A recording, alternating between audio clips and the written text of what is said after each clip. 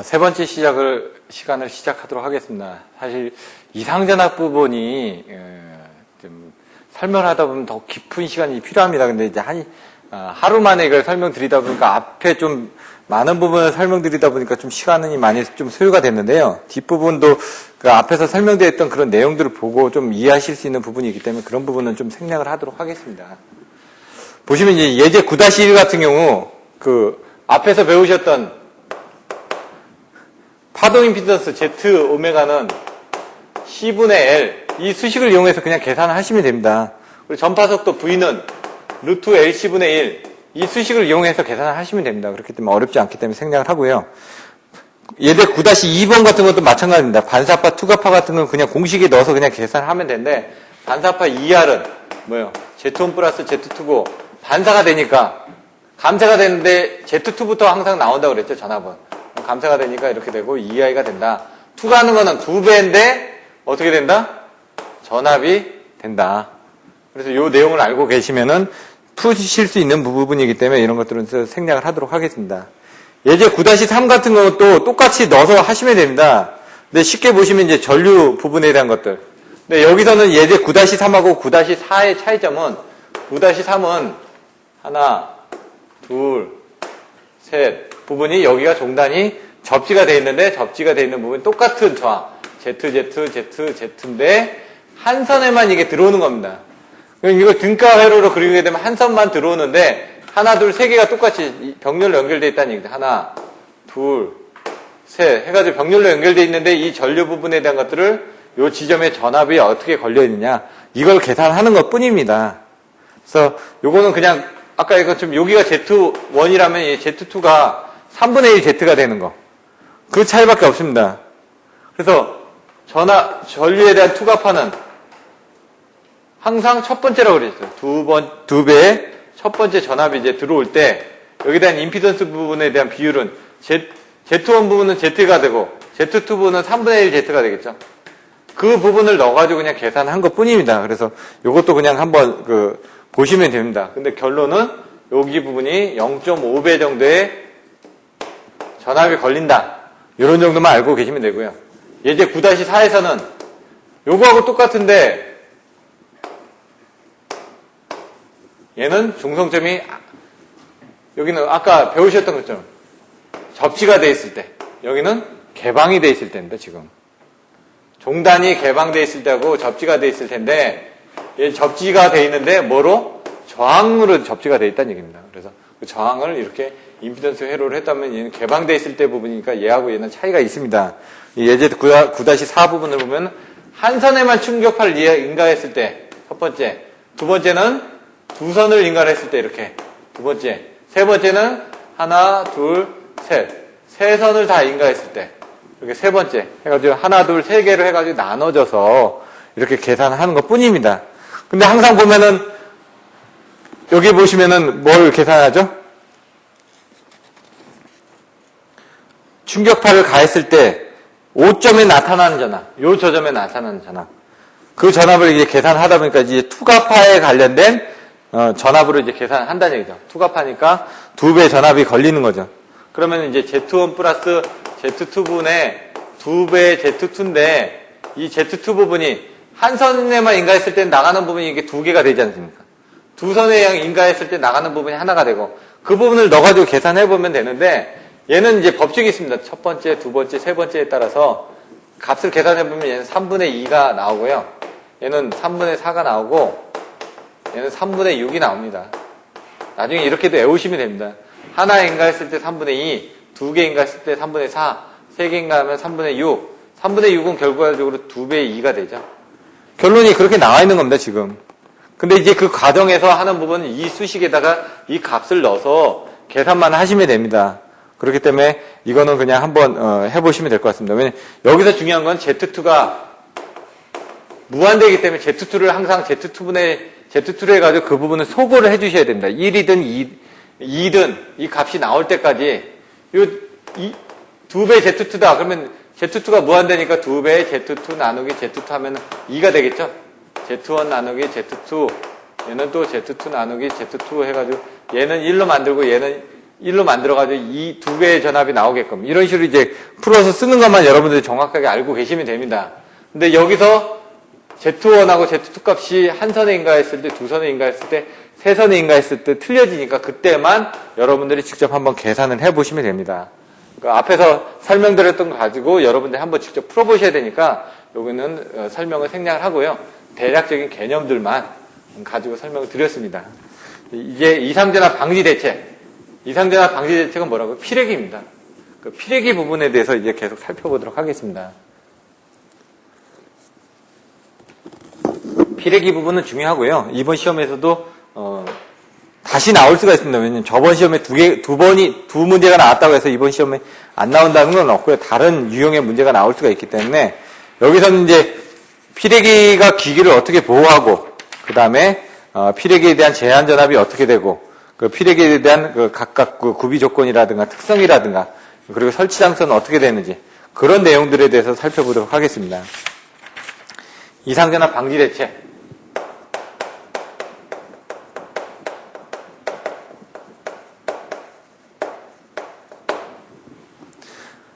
책에 보시면 이상전압 방지 대책으로는 기기 보호용으로서 피레기 설치, 가공성전선로의 피레용으로서의 가공지선에 의한 내차폐, 3번 철탑 접지 저항의 저감체. 그래서 나중에 보시면은 절연설계 쪽에서도 가서 보시면은 성전전선로의 이제 절연설계에서 보시면은 그 이상전압에 대한 방지 대책이 저는 이제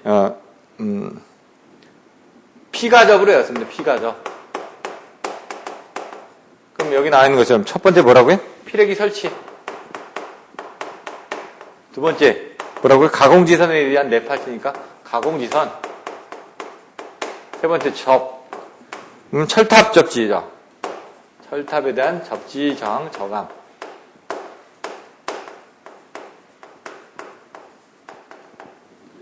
피가접으로 외워가지고 이렇게 했다는 얘기죠.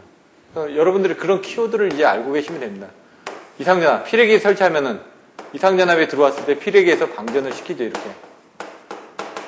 그리고 아까 가공지선이 있으면 직경내 같은 게 왔을 때 이걸 분류를 해가지고 철탑을 해서 대지로 방전을 시키죠.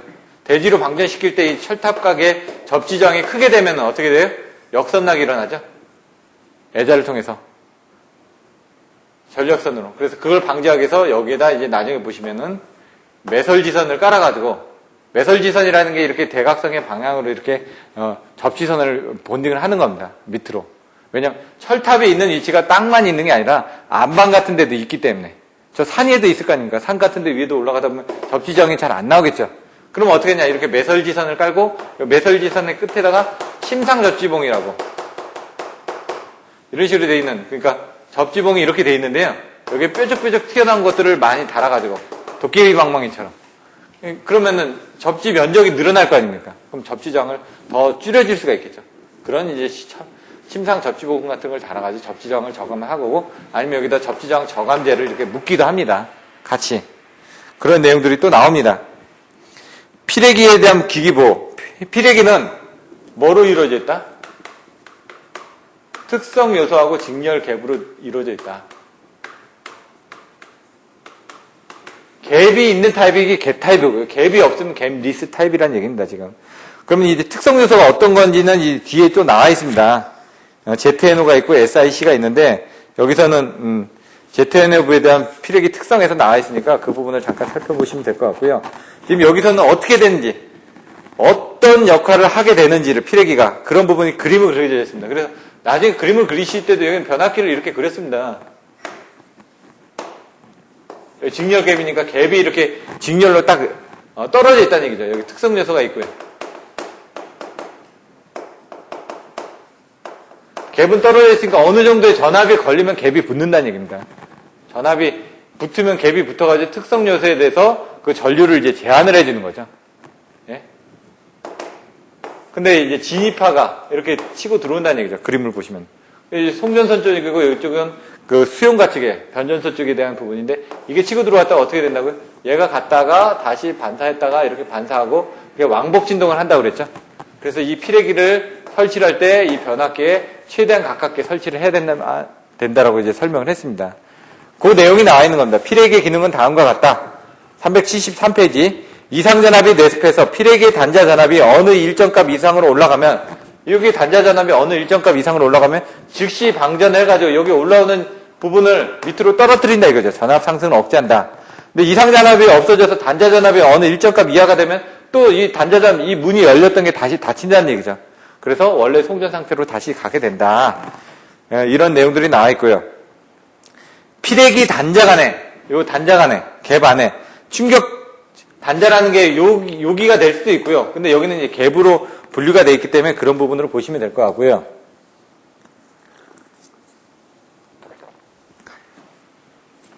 피레기 단자 간에 충격 전압을 인가하였을 경우 방전을 개시하는 전압, 그걸 뭐라고요? 충격 방전 개시 전압. 방전을 하는데 충격이 들어왔을 때 방전을 개시하는 전압. 그래서 진입하형에 대한 것들은 이렇게 큽니다. 이렇게 사실상 이렇게.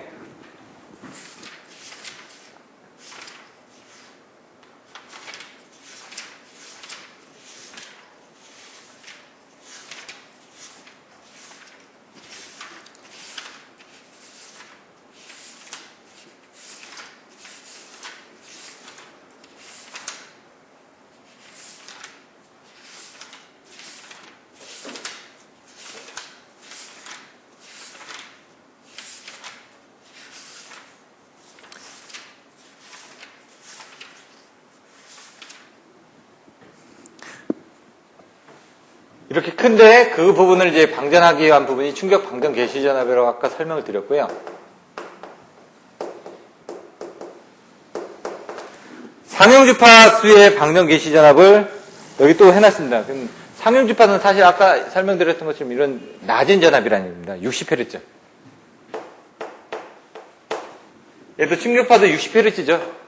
근데 이게 과도가 될 수도 있고요. 그거는 모릅니다. 상황에 따라서. 예?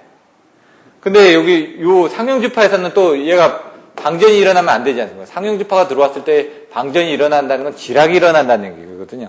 그래서 안 되니까 그거보다는 더 높아야 된다는 얘기입니다. 그 비율을 몇 배 정도 했다? 1.5배 정도 했다. 그래서 이거를 상용주파 방전 개시 전압. 얘를 너무 높일 수는 없으니까 여유를 줘가지고 상용주파 방전 개시 전압을 넣고, 이 충격 방전 개시 전압은 낮으면 낮을수록 좋겠죠. 왜냐? 이만큼은 충격이 되는 요 지점만큼의 데미지를 먹으니까. 상용주파는 이만큼 흐르고 있는데 우리가 파고치가 이만큼 들어왔는데 요 정도만 넘으면 그때 방전을 하게 되면 요때까지 에너지는 그 기기가 부담을 받을 거 아닙니까? 그래서 얘 부분은 낮춰주면 좋다. 얘 부분은 오동작하지 않게끔 올려주면 좋다. 그럼 얘하고의 그 비율이 충격비다. 그 내용이 밑에 나와 있는 겁니다, 지금. 그래서 아까 처음에 서두에 설명들을 드렸기 때문에 여기는 넘어가도록 하겠습니다. 그때 이제 374페이지 보시면 갭의 방전에 따라 피레기를 통해서 대지로 흐르는 충격 전류를 피레기의 방전 전류라고 얘기를 합니다. 피레기가 방전될 때. 그리고 그 허용 최대한을 피레기의 방전 내량이라고 합니다. 여기에 흐를 수 있는 전류의 양을 2.5카, 5카, 10카로 나눠졌습니다. 이 뒤에 이제 표로 또 나와 있습니다.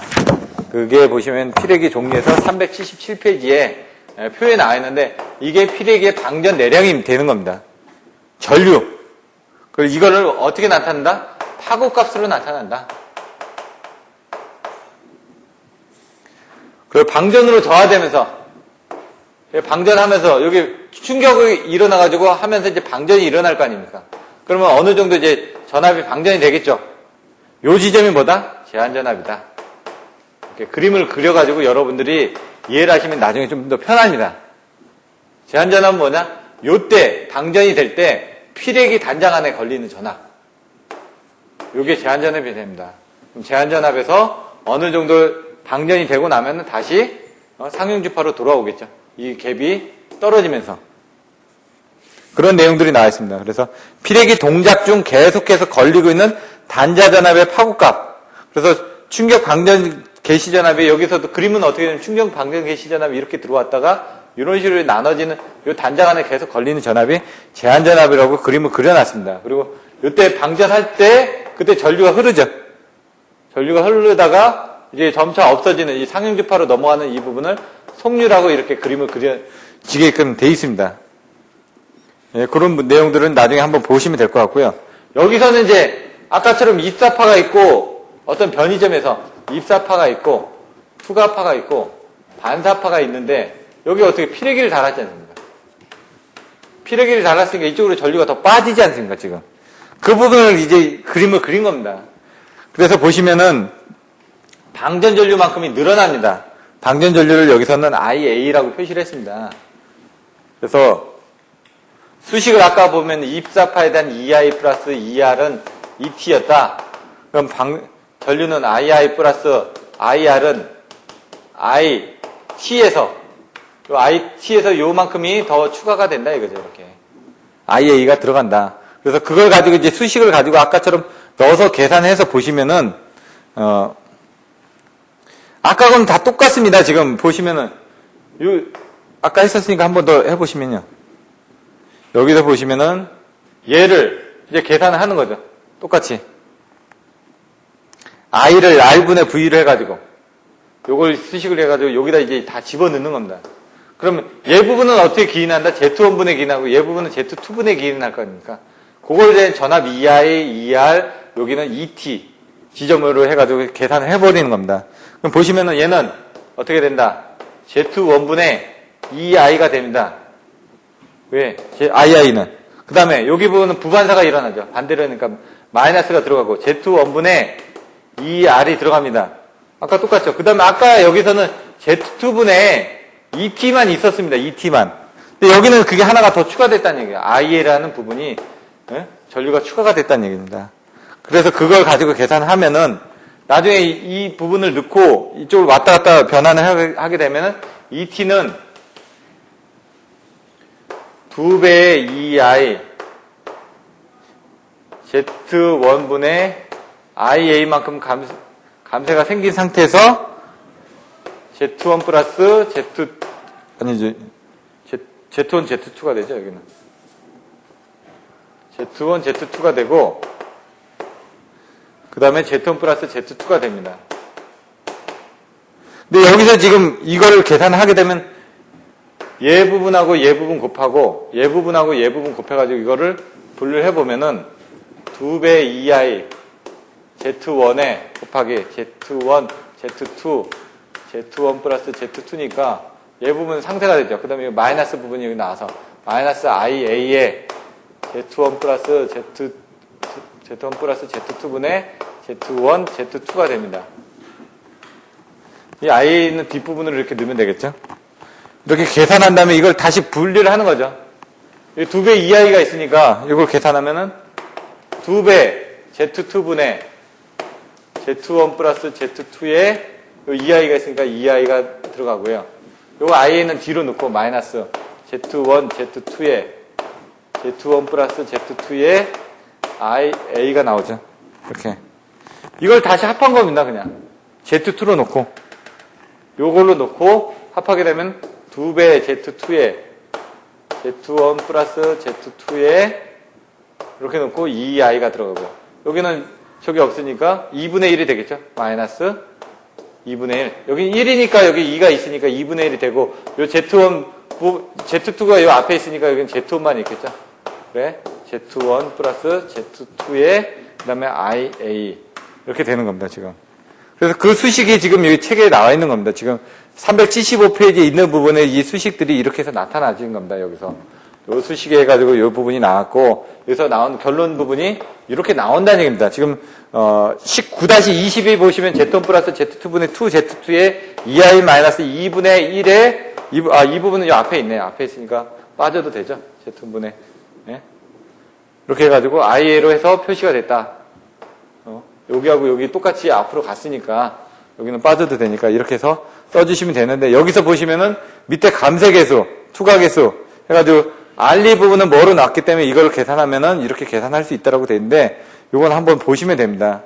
19-20 부분은 밑에서 RE하고 이게 정의가 됐기 때문에 그걸 넣게 되면은 9-20의 맨 밑에 있는 수식이 E-2분의 1의 투과계수에다가 Z1의 IA가 됩니다. 그거는 Z1 플러스 Z2 이 부분을 뭐라고 넣었다고요? 여기선 RE로 넣었다고 그랬거든요. RE 부분이니까 그게 그대로 이렇게 가면 되는 겁니다. 요게 또 2라고 되어 있으니까 EI를 바깥으로 넣어가지고 계산하면 되는 거고요. 요건 수식에 넣어서 그냥 계산하시면 되니까 어려운 게 없을 것 같습니다. 여기서 보시면은,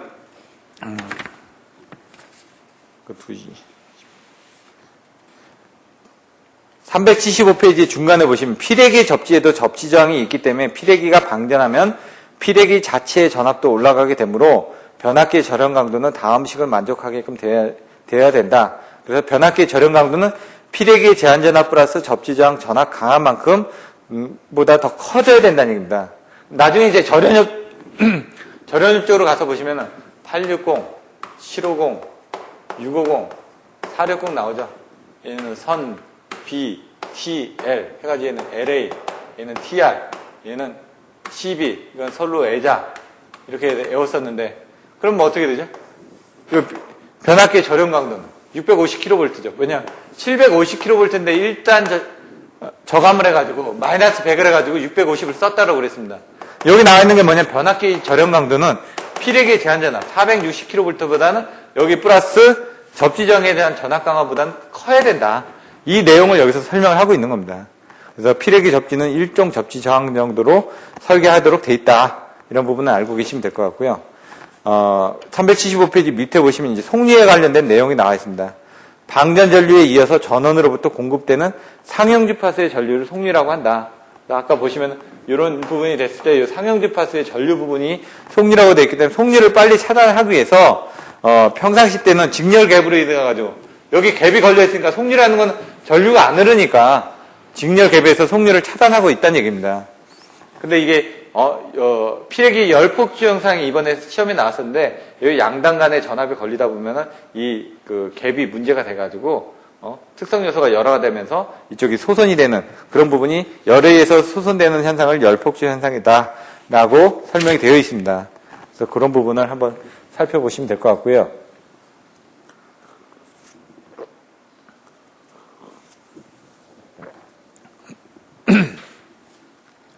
페이지 376페이지 매니어 보시면은 피레기 단자에 인가되는 상형 주파수의 전압이 높으면 속류가 너무 커서 차단 불능이 된다. 전압이 너무 크다 보니까 속류가 흘렀을 때 이 갭이 차단을 못 해준다는 얘기죠. 전압이 너무 크니까. 그래서 속류를 끊을 수 있는 최고의 교류 전압을 피레기의 정적 전압이라고 얘기를 합니다. 그래서 그걸 이제 통상 시료값이라고 얘기하고요. 피레기의 정격 전압을 계산하는 방법들이 4가지 방법이 있습니다. 근데 여기서는 없으니까 자료로서 여러분들 보시면 될 것 같은데 알파, 베타, VM 해가지고 알파 값 뭐고 베타 값 뭐고 이렇게 해가지고 계산하고 아니면 여러 가지 배수를 곱해가지고 계산하는 방법들이 있습니다. 근데 통상적으로 피레기에 대한 정격 전압은 IC 기준에서는 6으로 나눈 값으로 이제 계산하게 됩니다. 근데 예제 9-5에 피레기 정격 전압이 나와 있습니다. 그래서 거기 가서 다시 한번 살펴보도록 하고요. 여기서는 피레기 구비 조건에 대해서 살펴보고 그 다음에 피레기 특성 그리고 그 다음에 다른 것들에 대해서 살펴보도록 하겠습니다. 이제 예제 부분들에 대해서는 여러분들이 다 한 번씩 풀어보셔야 됩니다. 근데 피레기 정격 전압 같은 것도 예제로 나와 있는데 거기 보시면 이제 실제로 이제 KS 기준하고 IC 기준하고 이렇게 틀려지는데 여기는 그냥 IC 기준으로만 표기가 되어 있습니다. 근데 이제 IC 기준에서는 피레기에 대한 정격 전압을 6으로 나눈 값으로 쓰게끔 되어 있습니다. 그래서 그런 것들은 3조로 이따가 또 나올 겁니다. 피레기 구비 조건. 사실 이상 전압에 대해서는 그 책에 있는 내용 말고도 더 다른 부분들이 있는데 일단 책에 있는 부분으로 위주로 하다 보니까 좀 더 자세히 설명을 못 드렸습니다. 근데 그런 것들은 이제 메일로 보내드린 자료로서 여러분들 참조를 하시면 될 것 같고요. 피레기 구비 조건이 5가지가 있습니다. 그걸 제가 아까 외울 때 어떻게 외운다고 그랬죠? 충제 상속내로 외웠습니다. 그냥 저는. 여러분들도 그런 키워드화 해야 되는데 이제 이것들을 체감은 약간 틀리게 되어 있습니다. 충이 뭐냐면 충격 방전 개시 전압입니다. 얘는 높으면 좋은지 낮으면 좋은지 아까 그 그림을 보시면 생각이 나죠. 이렇게 진입파가 들어왔을 때 충격 방전 개시 전압은 낮으면 낮을수록 좋다고 그랬으니까 얘는 낮으면 낮을수록 좋은 겁니다. 그리고 상형주파 요거는 뭐죠? 제한 전압. 여기서 또 떨어뜨려야 되니까 피레기 단자 간에 걸리는 피레기가 방전할 때 피레기 단자 간에 걸리는 전압이 제한 전압이라고 그랬으니까 이 제한 전압도 낮아야 되겠죠. 그리고 상형주파 방전 개시 전압은 상형주파보다 1.5배 정도 커야 된다고 그랬지 않습니까? 상형주파 방전 개시 전압이 클 것. 얘는 1.5배 이상. 그리고 속류 차단 능력. 아까 피레기 전격 전압하고 속류하고 밀접한 관계가 있다고 그러고 설명드렸죠. 그리고 내구성이 있어야 되죠. 그래서 일단 애자에 설치되어 있는 그런 피레기들 말고 폴리머 애자 타입으로 돼가지고 돼 있는 그런 피레기 타입들도 있고요. 갭 타입이 있고 갭 리스 타입이 있고 이런 것들이 다 틀려집니다. 그래서 그런 것들도 여러분들이 살펴보셔야 될 것 같습니다. 근데 밑에 보시면은 피레기가 설비의 보호 효과를 충분히 발휘하기 위해서는 변압기 단자에서 되도록 가까운 거리에 설치를 해야 되는데 대략 50m 이내로 하는 것이 좋다라고 되어 있습니다. 근데 그건 전압별로 조금씩 틀려집니다. 그래서 345, 154, 66, 22.9kV 별로 이제 설치하는 설치 이격 거리는 이건 전압이고 피레기 설치점은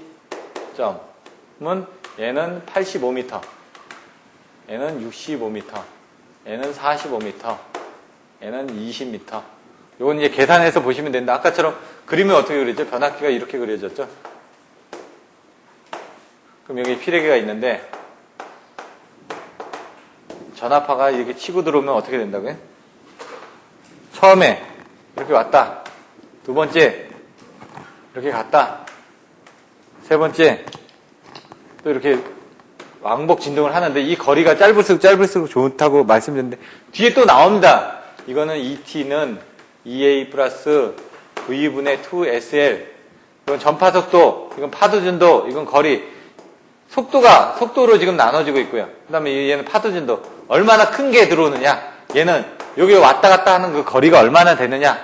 그래서 이 거리에 비례하기 때문에 이 거리가 짧을수록 좋다는 얘기입니다. 그 부분에 대한 거리들을 이와 같이 제한을 하고 있다는 것들을 여러분들이 알고 표에서 써주시면 됩니다. 그런 내용들이 나와 있고요. 그다음에 페이지 377페이지에 보시면은 규격별에 가지고 피레기의 방전, 내량 아까 나왔었죠? 2.5카, 5카, 10카인데 그게 어느 별로 틀려진지 피레기 특성입니다. 피레기 특성을 보시면은 이렇게 되어 있는 이런 특성이 있고요. 이렇게 되어 있는 특성이 있습니다. 요거는 SiC 산화규현이고 얘는 산화아연 ZNO 특성입니다. 얘는 전류가 될 거고요. 얘는 전압이 되겠습니다. 이거는 특성 요소의 전압전류 특성입니다. ZNO 소자 같은 경우는 전압이 어느 정도 이상이 돼야지만 그때 이렇게 전류가 흘러간다는 얘기입니다. 전압. 근데 얘는 어떻게 되죠? 전압이 낮아도 전류가 흐르죠. 전압이 낮아도 전류가 흐르고 이런 SiC 소자 같은 경우는 이런 특성 요소 때문에 어느 정도 전압이 낮은 상태도 전류가 흐를 수가 있다는 얘기죠. 그래서 이상적인 특성 요소는 어떻게 된다? 이렇게 쭉 가면 좋죠. 일직선이 되면 되는데 이런 것들이 어느 정도 가다가 이렇게 될 거라는 얘기입니다. 그래서 산화아연형을 가장 많이 사용을 한다. 그래서 여기 보시면은 377페이지 중간에 보시면 산화아연을 주성분을 하는 피레기가 개발되었고 산화아연의 특성 요소에서는 그림의 전압 V0 이하에서는 거의 전류가 흐르지 않기 때문에 선로의 교류 전압의 최대 순식값을 이 전압값보다 낮은 값에다 두면은 전류가 안 흐른다는 얘기입니다. 그래서 속류를 차단할 필요도 없어진다. 이렇게 됩니다. 그래서 ZNO 피레기에서는 그림 6-12에 나타나는 것처럼 직렬 갭을 생략해서 사용하고 있기 때문에 갭 리스 피레기라고 사용한다. 근데 이 SiC 같은 경우는 이런 부분에 특성 요소가 있기 때문에 직렬 갭이 필요한 겁니다. 그래서 아까 그 그림에 보시면은 피레기 구조가 이렇게 돼 있다. 그러면 제톤 타입은 이게 다 특성 요소입니다. 특성 요소로 견딜 수가 있으니까 전압을 얘가 견디길 수 있기 때문에. 근데 SiC 같은 경우는 어떻게 되냐면 특성 요소가 여기 달려 있다. 특성 요소 먼저 있지 않고 여기 이제 갭이 있어야 되겠죠. 여기 직렬 갭이 있고 그다음에 여기 콘덴서 성분이 있고 여기 리액터 성분이 있고 이렇게 해서 이런 직렬 갭을 둬가지고 여기서 끊어줘야죠. 안 그러면 이 SiC 성분이 이런 전류 특성을 가지기 때문에 직렬 갭에서 어느 정도 커버를 해주지 않으면 계속 전류가 흐른다는 얘기입니다. 그래서 그런 부분이 있다라는 걸 여러분들 그림으로 비교가 돼 있습니다. 그래서 나와 있고 378페이지 맨 위에 보시면 피레기는 피보호기기의 절연 강도를 낮출 수 있는 특성과 석류 차단 능력을 지지지 않으면 안 된다. 이것을 피레기 동작 책무라고 한다. 피레기 동작 책무는요. 뭐라고요? 절연 강도를 낮추고 속류 차단 능력을 있어야 된다. 이게 동작 책무란 얘기입니다. 이런 부분을 보시면 되고요. 피레기 설치 장소 앞에서 설명드렸습니다. 85, 65, 45, 20m인데 이게 왔다 갔다 하면서 하는 부분을 이 ZN 피레기에서 이제 내전압이 어떻게 됐는지를 보시면 되는데 한번 읽어드리고 수식으로 계산된 결과들을 한번 보도록 하겠습니다.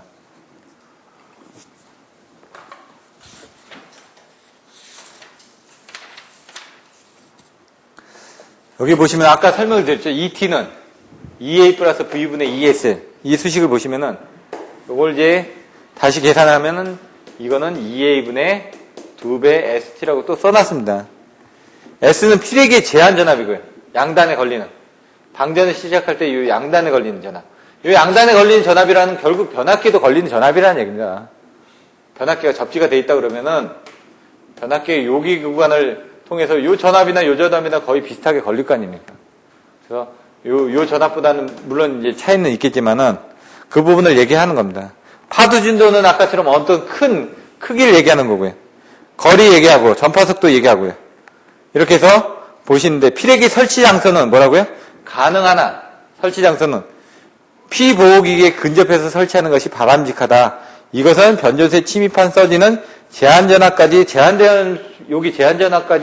제한되었음에도 불구하고 이것이 변압기 단자에 도달하였을 때는 여기서 정반사하고 이와 같이 정반사하고 또 다시 피레기에 돌아와서는 부반사를 해가지고 다시 변압기를 향하게 된다.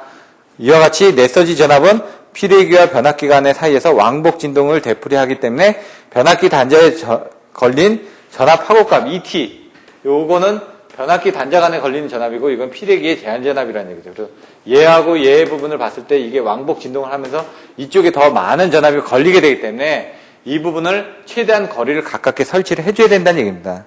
그래서 그걸 이용해서 30m 여기서는 30m에 설치했을 때하고 50m에 설치했을 때 과연 얼마나가 되는지 내용이 나와 있습니다. 보시면은 EA가 597입니다. 똑같이 파도 준도 S는 250kV 그 뒤에 저기는 생략을 하겠습니다. 전파 속도는 150mm/마이크로세컨드입니다. 30m를 했을 때 이 값하고 50m를 했을 때 이 값을 한번 살펴보도록 하겠습니다. 그럼 뭐냐? ET는 뭐라고요? EA 플러스 V분의 ESL에서 EA는 얼마라고요? 597. V는 얼마라고요? 150. 2배 곱하기 S가 얼마라고요? 250. 틀려지는 건 여기. 이게 30이 들어가느냐, 이게 50이 들어가느냐에 따라서 이 결과물 값이 틀려지는데 30이 들어갔을 때는 379페이지 메뉴 보시면 얘는 697kV가 나왔습니다. 근데 50m가 됐을 때는 얘는 764kV가 나왔다는 얘기죠. 그래서 이것만 보더라도 피레기 설치 장소는 가능한 피보호기기에 근접해서 설치하는 것이 유효하다는 걸 알 수 있다 해가지고 379페이지 맨 밑에 나와 있습니다. 그래서 이걸 보고 여러분들이 나중에 계산하는 수식들이 나와 있습니다. 실제로 그런 계산하는 예제들이 뒤에도 있기 때문에 여러분들 참조해서 보시면 될 것 같고요. 피레기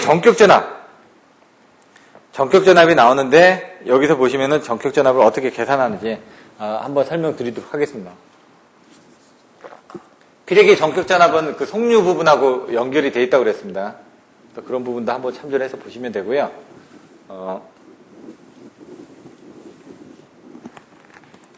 전격전압.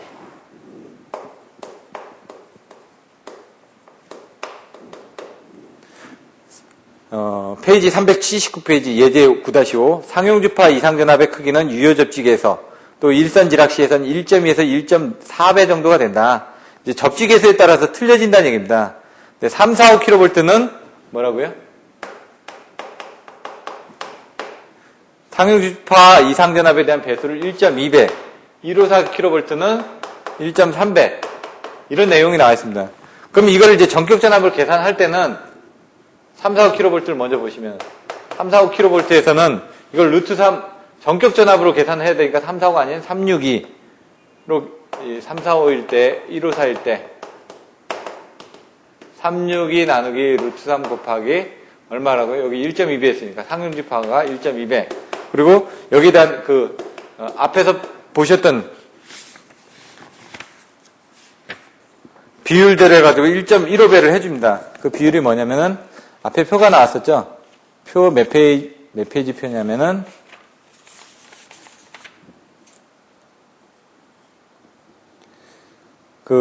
359페이지 보시면은 나와 있는 그 표에 있는 피레기 정적 전압 계산할 때 1.15배는 저기네. 그거로 해서 계산을 해주시면 됩니다. 1.15를 한 다음에 계산하면 얘가 288kV가 나옵니다.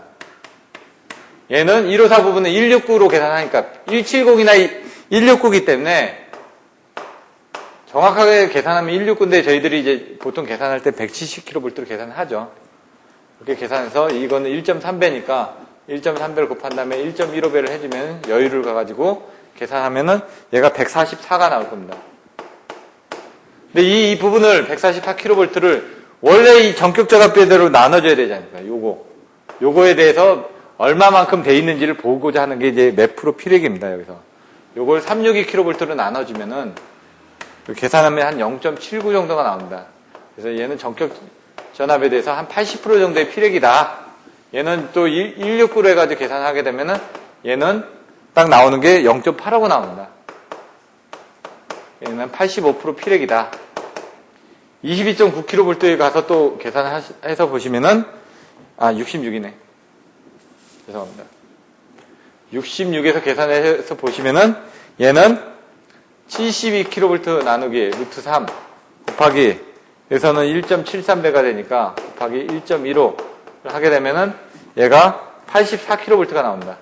근데 얘 전격 전압은 얘보다 낮으니까 72로 넣게 되면 얘는 1.15가 나오니까 얘는 115% 피레기가 된다는 얘기죠. 그래서 여기 나와 있는 80% 피레기, 85% 피레기, 115% 피레기는 밑에 이렇게 설명이 되어 있습니다. 그래서 그런 부분을 살펴보시면 되고요. 요거 같은 경우는 IC 기준에서는 144kV입니다. KS 기준에서는 138kV입니다. 우리나라 같은 경우는 138kV를 쓰는 경우도 있죠. 그래서 요거에 대한 전압 전부 다 6으로 나눌 수 있는 그 부분이 있어야 됩니다. 피레기에 대한 부분은. 그래서 그런 내용들은 여기 지금 나와 있지는 않은데 여러분들이 여기 위에 있네. IC에서는 피레기의 전격 전압이 6으로 나눠지는 값으로 하도록 권장하고 있다라고 되어 있습니다. 그래서 6으로 나눠지는 부분으로 되어 있다라는 부분을 살펴보시면 될 것 같습니다. 예제 9-6하고 9-7은 앞에서 배우셨던 그 피레기에 대한 부분을 가지고 계산하시면 되니까 그냥 똑같이 하시면 될 것 같고요. 가공지선의 내차폐 부분을 한번 살펴보도록 하겠습니다. 이 내용은 뭐냐면 아까 설명드렸던 것처럼 가공지선에서 사용하는 목적이 이상전압을 억제하기 위해서 뇌를 착지하기 위해서 직경뇌를 방전을 시키기 위해서 설치를 했다고 설명을 드렸지만은 전에 다른 부분에 대해서는 정전유도라든가 이런 쪽에 대한 대책으로도 설명을 드렸었습니다. 근데 여기서는 가공지선의 역할이 어떤 부분이고 섬납과 역섬납과 경관 역섬납이 어떻게 되는지 그런 부분에 대해서 또 내용을 살펴보도록 하겠습니다.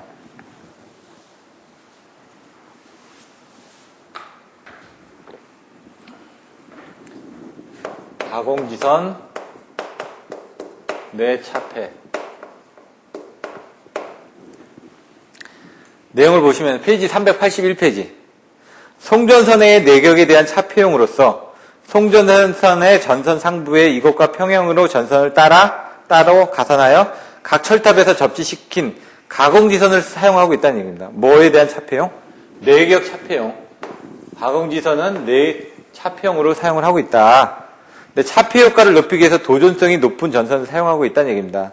왜냐하면 그전엔 강선이나 강심 알루미늄선을 썼었는데 왜냐하면 ACS하고 똑같은 걸 썼었는데 차폐 효과를 높이기 위해서 더 도전성이 좋은 구리 성분이 많이 들어간 부분을 쓴다는 얘기죠.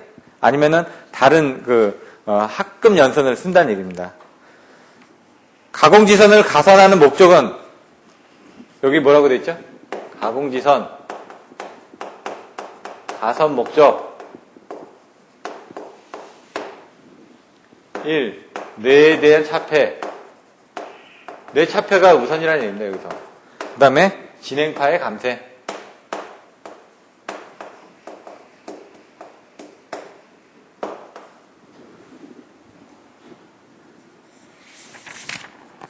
그러면 이제 보시겠습니다. 뒷장으로 넘어가서 보시면은, 외부 이상 전압에는 뭐가 있다고 그랬죠? 아까. 직경내하고 유도례가 있다고 그랬습니다. 여기서는 그거를 차폐하기 위해서 뭘 썼다? 가공지선을 썼다. 그럼 가공지선을 이용했을 때 얼마만큼 차폐가 되는지 그 내용을 이제 설명하고 있는 겁니다. 그래서 여기서는 아까 설명드렸던 것처럼 유도례에서 차폐를 어떻게 하는지, 또 직경내에서 차폐를 어떻게 하는지, 이런 데 내용이 나와 있습니다. 그래서 여기 유도례에 대한 부분을 보시면 여기 보효율이라는 게 나와 있고요. 얘는 보호효율이라고 나와 있습니다. 그 부분을 살펴보도록 하겠습니다. 유도례에 대한 차폐 보시면 전선에 근접해서 전위가 0인 가공지선이 있기 때문에 네온으로부터 정전 유도로 전선상에 유기되는 전하양은 줄어든다. 이건 뭐라고요? 그림을 그려보면은 이렇게 네온이 있습니다. 그럼 여기 지금 가공지선이 이렇게 있고요. 네? 그 다음에 여기 전선이 이렇게 있을 겁니다. 그러면은 얘가 차폐 여기에서 플러스 마이너스 되면 여기 이렇게 플러스에 전원이 있기 때문에 이쪽 전선에는 정전 유도가 되지 않을 거란 얘기입니다. 그 전에 이제 보셨던 것처럼 M 해가지고 그 전에 설명을 했었죠. 그것처럼 이거 가까이 했을 때는 이쪽에 더 많은 부분이 들어가기 때문에 문제가 되지 않을 거란 얘기입니다. 그래서 가공지선이 있을 경우 가공지선의 보효율이 있는데 여기 보시면은 보효율이 어떻게 나왔냐면 3상 1회선 같은 경우 0.5라고 되어 있습니다. 근데 2가닥인 경우 0.3에서 0.4 그리고 이 내용이 뭐냐? 가공지선을 설치함으로써 전선산의 구속전원 여기 이렇게 돼 있는 이 전하를 얼마만큼으로 줄여줄 수 있느냐? 한 가닥에 있을 때는 여기 한 가닥에 있을 때는 50% 정도로 줄어드는데 여기 만약 두 가닥 있다. 그럼 이쪽으로도 전하가 유기되고 이쪽으로도 전하가 유기되니까 여기 30% 여기 30% 이렇게 유기가 되겠죠.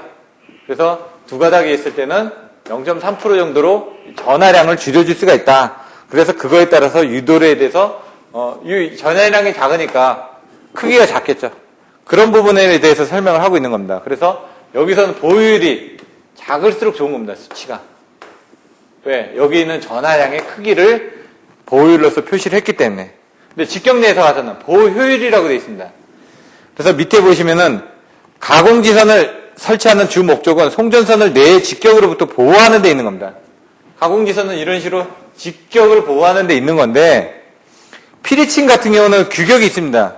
보호각이. 건물 같은 경우는 이렇게 있다는 얘기죠. 피리침이 이렇게 했을 때 여기에 대한 가격이 AW 이론에 의해 가지고 요 각도가 여기 나와 있는 것처럼 일반 건축물은 한 60도, 위험물은 45도 이런 식으로 되어 있는데 이 철탑에 대해서는 가공지선에 대해서는 이런 차폐각에 대한 그 규정이 없다는 얘기입니다. 그래서 여기 보시면은 칠 수 있는 부분이 60도, 45도로 일반 건축물이라든가 위험 건조물에 대해서는 차폐각이 보호각 또는 차폐각이 규정이 되어 있지만 가공지선에서는 이런 규정이 없다는 얘기입니다. 그래서 이 보호각을 댈 수 있는 대로 작게 하는 것이 바람직하지만 이런 것들이 작게 하려면은 이 가공지선을 더 올려줘야 될 거 아닙니까? 올려줘야 되니까 철탑의 높이가 비싸지고 그러면은 가격 상승이 일어나니까 그 부분을 어느 정도로 하면 좋을지 정의가 되어 있습니다. 그게 보시면 이제 그림이 나와 있습니다. 어디? 페이지 383페이지에 보시면은 이렇게 되어 있죠? 철탑이 이렇게 되어 있고 가공지선이 이렇게 되어 있는데 여기 상선하고 이렇게 되는 요 각도, 요거를 이제 보호각 또는 차폐각이라고 되어 있는데 이 세타 부분을 얼마로 하는 게 좋을지를 나와 있습니다. 책에는 지금 보시면은 한 가닥의 경우, 뭐 이해선 가공에 대해서 한 가닥의 경우는 보호각을 35도에서 40도, 그걸 35도에서 40도로 두게끔 되어 있습니다. 근데 이게 전압에 따라서 틀려집니다. 765 같은 경우 어떻게 되어 있냐? 마이너스 8도, 345kV 같은 경우는 0도, 154kV 같은 경우는 2회선일 때 5도 정도.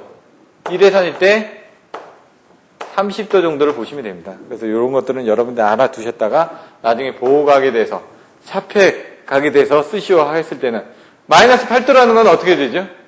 이게 0도인데 마이너스 8도라는 가공지선이 더 앞으로 튀어나와야 된다는 얘기죠. 이렇게 여기 대해서 각도가 마이너스 8도가 돼야 되니까. 근데 3, 4, 5 같은 건 똑같은 높이의 가공지선이 있으면 된다는 얘기고요. 1, 5, 4 같은 건 가공지선이 이렇게 1회선만 있을 때는 요 각이 이렇게 되는 요 각이 30도 정도 된다는 얘기고 2회선일 때는 요 각이 한 5도 정도로 줄어들 이렇게 두 가닥을 설치하니까 그런 부분이 있다는 얘기입니다. 그런 내용을 보시면 되고요. 가공지선을 두 가닥으로 하면 더 차폐 효과가 좋아진다는 것은 더 말할 것도 없다. 왜? 5도로 되니까 더 차폐 효과가 더 좋아지겠죠? 가공지선의 차폐 효과를 나타내기 위해서 가공지선의 보호 효율이라는 용어를 쓰는데 여기서 보호 효율 여기선 90이라고 되어 있습니다. 이 90이 의미하는 게 뭐냐? 뇌 직격 100회 중 10회는 전선에 직격되지만 나머지 90회는 전부 다 지선에 그러니까 전선에 안 맞고 이게 직격뇌가 90%는 가공지선에 맞는다는 얘기입니다. 그래서 가공지선에 직격되도록 해서 선로의 피해를 막아준다. 그럼 얘는 낮을수록 좋고 아까 설명드렸던 보호율은 높을수록 좋다. 이런 부분의 정의를 여러분들이 정확하게 알고 계셔야지만 됩니다. 그리고 가공지선을 아까 앞에서 설명드렸던 것처럼 일반 강연선이나 강심, 알루미늄선을 안 쓰고 차폐 효과를 더 줄이기 위해서 여러 가지 특성들을 가지고 있는 부분을 쓴다라고 나와 있습니다.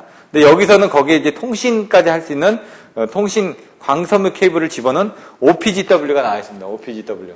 요 철탑에다가 집어넣는 가공지선 안에 이렇게 케이블을, 통신용 케이블을 집어넣었다라고 되어 있습니다. 요거는 그림을 참조를 하시면 되고요. 보시면은 383페이지 보시면 최근에는 바깥쪽에 알루미늄 피복, 요거는 알루미늄의 피복 강연선을 필에 도체를 하고 안쪽에 알루미늄 간이 있습니다. 이렇게 간에는 광섬유 케이블을 지금 보면 이 6가닥짜리가 지금 3개가 들어가 있네요. 6가닥짜리가 이렇게 3개가 지금 들어가 있다고 되어 있습니다. 그래서 이런 부분 참조를 보시면 될 거예요. 그 다음에 섬낙, 역섬낙, 경관 역섬낙에 대해서 설명을 드릴 겁니다. 아까도 설명드렸지만 다시 한번 설명드리면요. 그림으로 여러분들이 보시면 됩니다. 페이지 383페이지 맨 밑에 보시면 직격 넷서지 전압이라고 얘기를 합니다. 직격으로 받았기 때문에 그걸 진행파로서 진행돼서 선로상을 전파하여 애자의 절연을 파괴해서 불꽃 방전을 일으킨다. 이게 애자의 섬낙이라는 얘기죠. 그건 뭐냐? 직격으로 친다. 뇌의 직격을 해서 그림을 그려보시면 이렇게 해가지고 뇌가 직격으로 쳐가지고 그걸 타고 와가지고 뭐라고요? 선로상을 전파해가지고 철탑 설치 개소에 일어나면은 여기서 애자의 절연을 파괴해가지고 애자의 절연을 파괴해서 이렇게 절연을 파괴해서 불꽃 방전을 일으키는데 이걸 섬낙이라고 한다. 애자의 절연을 파괴하는 거를.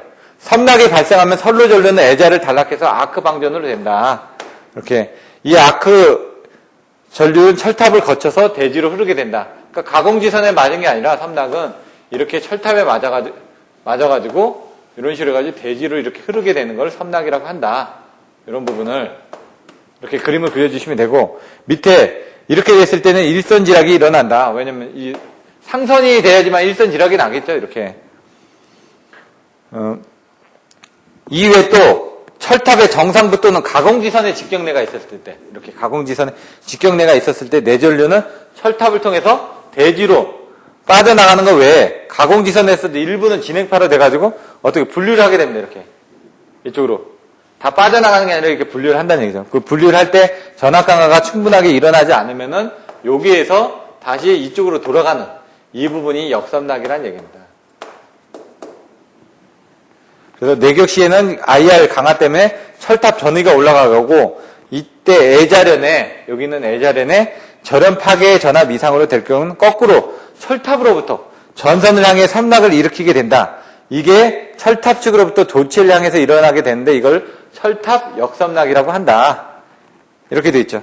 그래서 섬낙은 여기처럼 선로에 떨어져 가지고 애자를 통해서 대지로 방전하는 일선지락과 같은 이런 부분을 섬나기라고 하고, 가공지선에 쳐가지고 대지로 방전되지 않고 전압 강화에 의해서 전위가 높아지다 보니까 상선으로 전력선으로 이렇게 거꾸로 타고 들어가는 걸 역섬낙이라고 한다. 그럼 경관 역섬낙에는 가공지선을 친 게 중간점에서 섬낙을 일으키는 거. 경간에 일으키는 섬낙을 경관 역섬낙이라고 합니다. 그건 거리가 가까워지거나 그러면 되겠죠. 이도가 나빠지거나 이도가 길어져 커서 이렇게 축 처졌을 때는 이런 부분이 생깁니다. 그래서 옛날에 애자에서 섬낙이 일어나는 것들 제가 한번 보여드렸습니다. 경관에 눈이 이렇게 쌓여가지고 동영상을 한번 보여드렸는데 그런 부분 보시면 될 것 같고요. 그래서 이걸 방지하기 위해서 뭘 쓰냐면 여기다 교락편이라는 걸 씁니다. 그러면은 거리를 멀게끔 하기 위해서 애자로 이렇게 해가지고 여기다 이게 빨래 집게 같은 걸 이렇게 달아놨습니다. 이렇게. 이것들도 그때 사진을 한번 보여드렸는데 얘 같은 경우는 어디 가서 보실 수 있냐면 경부고속도로 천안에서 조천을 내려가다 보면 중간에 휴게소 있는데 그 옆에도 있습니다. 그리고 유성에서 공주 쪽으로 가다 보면 공주 휴게소 앞에 거기도 이런 교락판들이 설치가 되어 있습니다. 그래서 유심히 가서 보시다 보면은 중간에 이렇게 철탑 사이에 가공지선 사이 또는 그 상과 상선 사이에 이렇게 교락편들이 설치되어 있는 걸 보실 수가 있습니다. 그리고 그 외에 수식은 한번 살펴보시면 될 것 같고요. 이런 부분을 방지하고자 경관 역섬낙을 방지하고자 어떻게 한다? 철탑 접지 저항을 작게 해줘야 된다라고 385페이지에 나와 있습니다. 접지 저항을 작게 하기 위해서 여기 접지선을 이렇게 까는데 접지선은 어떻게 까냐? 지면 밑에 30cm 밑에 한 가닥이 30에서 50m 방사상으로 몇 가닥씩 매설을 하고 있다. 이걸 뭐라고 그런다? 매설지선이라고 한다.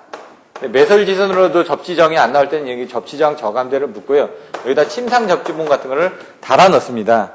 근데 여기는 그런 내용은 안 나와 있지만 나중에 여러분들이 답안지를 쓰실 때 참고를 하시면 될 것 같습니다. 경관 역섬낙은 뭐라고요? 맨 마지막에 보시면 가공지선의 경관의 중앙부에서 내격이 일어나고 그 내격전과 전선과의 전이차가 가공지선과 전선 간의 충격 섬낙, 여기 전압급보다 높을 경우 그때는 전선에 섬낙이 일어난다. 그게 경관 역섬낙이다. 그걸 방지하기 위해서 교락편을 설치한다. 경관 역섬낙 방지는 교락편 설치고요. 그 다음에 역섬낙 방지는 매설지선을 설치한다. 그 다음에 섬낙에 대해서는 뭐라고요? 방지할 수 있는 방법이 없다고 되어 있었죠. 왜?